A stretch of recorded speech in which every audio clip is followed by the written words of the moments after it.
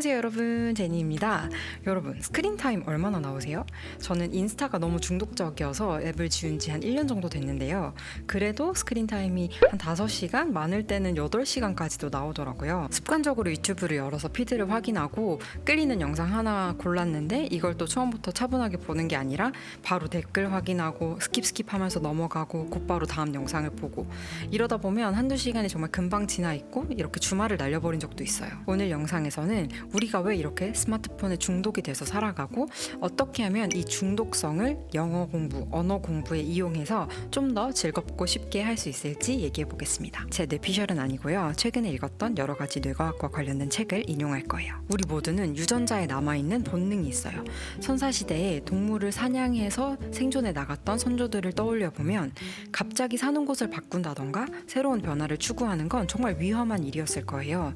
현대를 살아가는 우리도 환경이 바뀌거나 갑자기 새로운 곳에 적응하려면 불안하고 스트레스를 받죠. 바로 그 유전적인 본능이 남아있기 때문이에요. 선사시대에는 주변 환경에 대해서 많이 알면 알수록 생존 확률이 더 높았을 거예요. 예를 들면 내가 사는 곳 주변에는 어떤 동물이 출현하는지, 어디에 가야 더 많은 열매를 딸 수 있을지, 주변에 우리 부족을 침범할 다른 부족은 없는지 등등, 이런 식으로 꾸준히 정보를 파악하고 주변을 살펴야 생존할 확률이 더 높아지고 그 생존한 후손들이 바로 우리가 되는 거죠. 그래서 우리에게도 계속 새로운 정보를 찾아 헤매는 그 본능이 남아있는 거예요.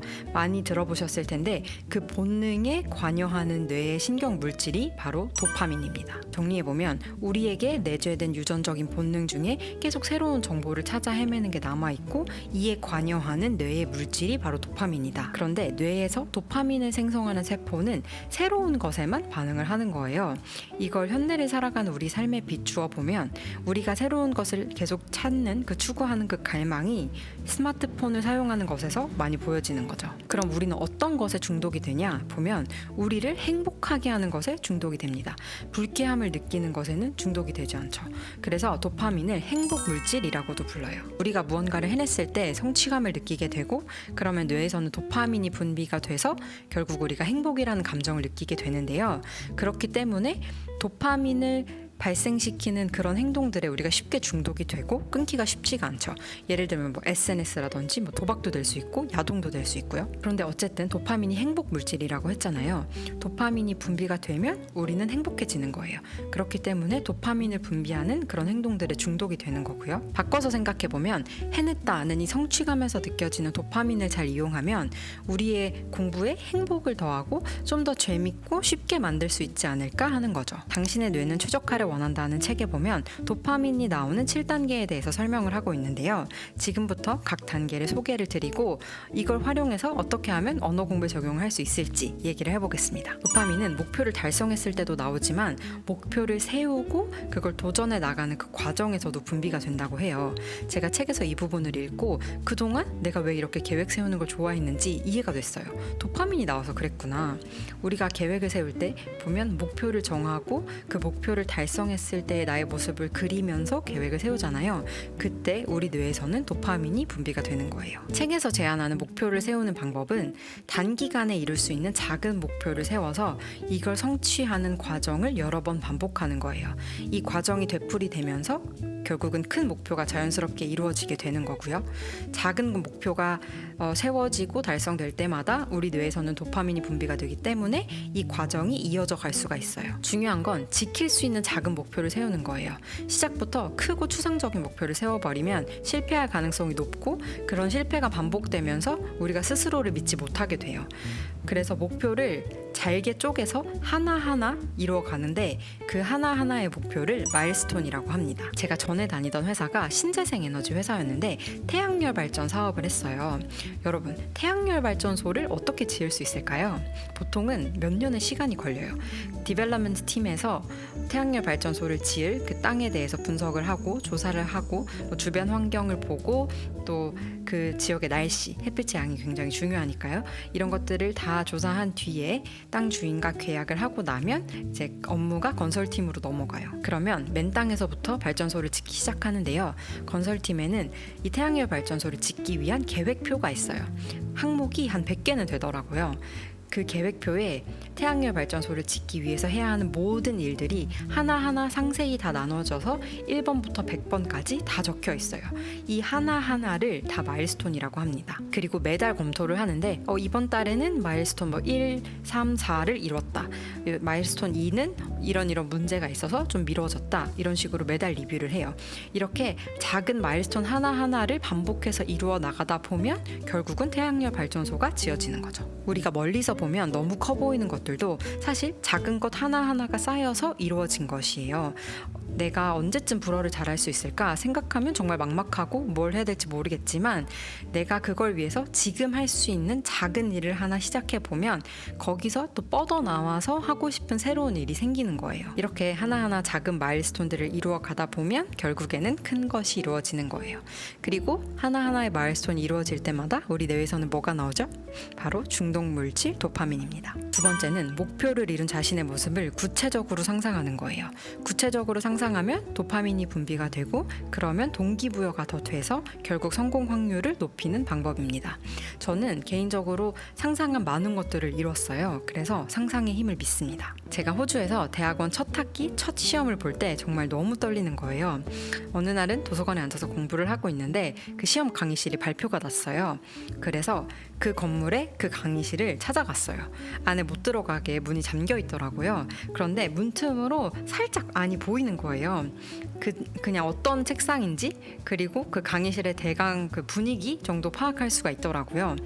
그날부터 시험 보기 직전까지 누워서 잠들기 전에 그 강의실 그 책상에 앉아서 내가 아는 모든 것들을 시험지에 쏟아내놓고 뿌듯하게 그 강의실을 나오는 제 모습을 끊임없이 상상했어요. 항상 어떤 목표가 있으면 그 목표를 이룬 내 모습 그리고 그때의 감정을 생생하게 느껴보려고 노력해요. 1번에서 말씀드린 것처럼 자꾸 내가 그릴 수 있는 쉽게 상상할 수 있는 거야 더 잘 되겠죠? 내가 세운 목표를 이룬 내 모습 그리고 그때 느낄 감정들을 깊게 한번 상상해보세요. 도파민은 장시간 또는 장기간에 걸쳐서 분비되는 게 아니기 때문에 자주자주 보급을 해줘야 한대요. 그걸 위한 쉬운 방법이 내 목표를 자주 확인하는 거예요. 종이에 써서 눈에 잘 보이는 곳에 놓거나 내 목표를 이미지화해서 비전 보드를 만들어서 자주 보는 것도 도움이 되겠죠. 저는 대학원에 다닐 때부터 매년 비전 보드를 만들었는데 작년 12월에 한국을 다녀오고 다음 1월이 정말 정신없이 지나가는 바람에 비전 보드를 못 만들었어요. 이 책을 읽고 나서 바로 다시 만들었습니다. 그리고 지금 하고 있는 목표도 종이에 써서 잘 보이는 곳에 붙여두었어요. 우리의 뇌는 쾌감 자극을 받으면 그걸 계속 원하게 되고 반대로 불쾌한 자극을 받으면 그걸 피하려고 해요. 그래서 우리의 목표를 이루어가는 그 과정을 즐기기 위해서는 내가 좋아하는 거 그리고 내가 재밌어하는 걸 찾는 게 정말 무엇보다도 중요합니다. 이걸 단적으로 보여주는 예시가 덕질인 것 같아요. 저도 중학교 때 엄청난 덕질을 했었는데요. 저와 비슷한 경험이 있으신 분들 그때를 한번 떠올려 보세요. 내가 무언가를 엄청 좋아하면 누가 시켜서가 아니라 나 스스로 그 대상을 분석하고 연구하죠. 내가 좋아서 시간을 쏟고 에너지를 투자하고요. 왜냐? 내가 좋아하니까. 그래서 외국 연예인 덕질을 하면 영어가 빨리 는다고 하는데 정말이에요. 도파민을 내 언어 공부에 적극 이용하고 싶으신 분들은 내 감정을 잘 파악하셔야 할 것 같아요. 공부를 하고 있기는 있는데 그냥 울며 겨자 먹기로 한다. 앉아는 있는데 정말 하기 싫은 걸 억지로 한다. 이런 느낌이 드실 때는 지금 내가 하고 있는 공부 또는 공부 방법이 나와 맞지 않다는 걸 깨닫고 한번 멈춰보세요. 억지로 앉아있으면 내 뇌는 이걸 불쾌한 자극으로 받아들이고 앞으로 비슷한 상황이 올 때마다 피하라고 화학적 명령을 내릴 거예요. 내가 공부하러 책상에 앉을 때마다 이런 느낌과 싸워야 한다면 이게 얼마나 큰 에너지 낭비예요. 그럴 때는 잠깐 멈추고 첫 번째, 내가 과연 이 목표를 정말 진심으로 원하는가? 진지하게 한번 생각해 보시고 그렇다면 내가 지금 하고 있는 공부 방법 말고 즐겁게 즐기면서 할 수 있는 방법이 뭐가 있을까 고민해 보시기 바랍니다. 도파민은 우리가 목표를 설정하고 그 목표를 위해서 노력할 때도 분비가 되지만 목표를 이뤘을 때, 달성했을 때도 분비가 됩니다. 이 사이클을 강화시켜 줄 수 있는 방법이 목표를 이뤘을 때 우리 스스로에게 보상을 해주는 거예요. 전에 언어 공부를 습관화시켜야 그 언어를 가장 빨리 배울 수 있다는 주제로 영상을 만든 적이 있었는데 그때도 보상의 중요성을 강조했어요. 목표를 이루고 나서 스스로에게 상을 주었을 때 우리의 이 탐욕스러운 뇌는 또 또 상을 받으려고 도파민을 방출한대요. 그런데 뇌에 상을 충분하게 주지 못하면 뇌는 또 상을 받고 싶다는 의욕을 잃는 거예요. 그래서 우리가 목표를 세우고 그걸 이루고 결과를 냈을 때는 그에 걸맞는 충분한 상을 주셔야 돼요. 제가 60일 불어 챌린지 했을 때 저에게 오는 보상은 돈이었어요. 그 수업료를 전액 환불받을 수 있었으니까. 그리고 제가 호주에 살면서 비자 때문에 언어 시험을 여러 번 봤었는데요. 언어 시험이 끝날 때마다 저에게 작은 보상을 줬어요. 예를 들어서 이제 한 달 동안 공부해서 시험을 봤으면 그날은 뭐 어디 당일치기라도 여행을 갔다 온다든지 맛있는 걸 먹는다든지 이런 식으로요. 이때만큼은 여러분의 길티 플레저를 즐기셔도 되지 않을까요? 책에는 즉시라고 나와 있지만 이게 뭐 내가 목표를 이룬 날 바로 다음 목표를 세워야 한다 이런 뜻은 아닐 거라고 생각해요. 중요한 건 내가 현재의 상태에 만족을 하면 이 상태로도 괜찮다라고 생각하는 순간 뇌에서는 도파민 분비가 멈춘다는 거예요. 만약 정말 괜찮아요. 내가 이 상태에 만족을 해요. 그러면 굳이 다음 목표를 세우지 않으셔도 되겠죠. 제가 2, 3년 전부터 계획을 세울 때 영어 공부가 자꾸 계획에서 빠지는 거예요. 제가 영어를 너무 잘해서 그런 거 절대 아니고요. 지금도 발전할 부분이 많은데 저 스스로 지금 현재 상태에 그냥 만족해버린 것 같아요. 그래서 도파민이 더 이상 나오지가 않는 거죠. 그런데 제가 2년 전부터 시작한 불어는 아직 중급이고 갈 길이 9만이기 때문에 작은 프로젝트를 하나 끝내면 다음에 하고 싶은 게 보여요. 내가 무언가를 하게 되면 그 과정 속에서 부족한 부분이 보이잖아요. 그래서 그걸 보완하기 위해서 새로운 걸 하게 되고 그렇게 다른 목표를 세우게 되고 이런 과정이 반복되는 거예요. 그 과정에서 계속 도파민이 분비가 되고 있는 거죠. 이 과정을 계속 반복하다 보면 언젠가는 불어를 편하게 하는 날이 오겠죠. 책에 이렇게 나와 있어요. 항상 더 높은 힘든 목표를 지속적으로 세우는 것. 이것이 도파민 강화 사이클을 작동시키는 비결이자 인생의 성공 법칙이다. 마지막 7단계는 앞서 말씀드린 1단계에서 6단계까지를 반복하시는 겁니다. 다시 1단계로 돌아가시면 돼요. 이론은 다 아는 내용이지만 사실 실천하는 게 가장 중요하겠죠. 여러분 이 영상 보시고 아 그래 도파민 이용하면 뭐 공부 잘 되겠지 이렇게 생각하고 끄지 마시고 지금 이 영상 잠깐 멈추시고 다이어리나 종이 한 장 그리고 펜 하나 가져오세요. 가져오셨나요? 그럼 그 종이에 1단계부터 7단계까지 적으시고 그 옆에 여러분이 그 목표로 하시는 그 언어 있죠? 그것과 관련된 액션 플랜을 세워보세요. 지금 당장 뭐 1번 명확한 목표 세우기 하면 막막하고 부담될 수 있거든요. 지금 당장 그걸 쓰시는 게 아니라 1번을 위해서 내가 할 수 있는 액션 플랜을 계획하는 거예요. 명확한 목표를 세운다. 이건 이번 주 토요일 아침에 좀 일찍 일어나서 씻고 준비하고 집 앞 카페에 가서 맛있는 브런치를 먹으면서 2시간 동안 내 목표를 생각해 봐야겠다. 2번 목표를 이룬 자신을 구체적으로 상상한다. 3번 목표를 자주 확인한다. 2, 3번은 목표가 세워지고 나면 해야지. 다음 주 언제 시간이 있으니까 비전 보드를 만들어 봐야겠다. 4번 즐겁게 실행한다. 목표를 세우고 나서 어떤 방법으로 실행할지 생각을 해봐야겠다. 내가 지금까지 이런 방법으로 영어를 공부했었는데 중간에 그만뒀었지.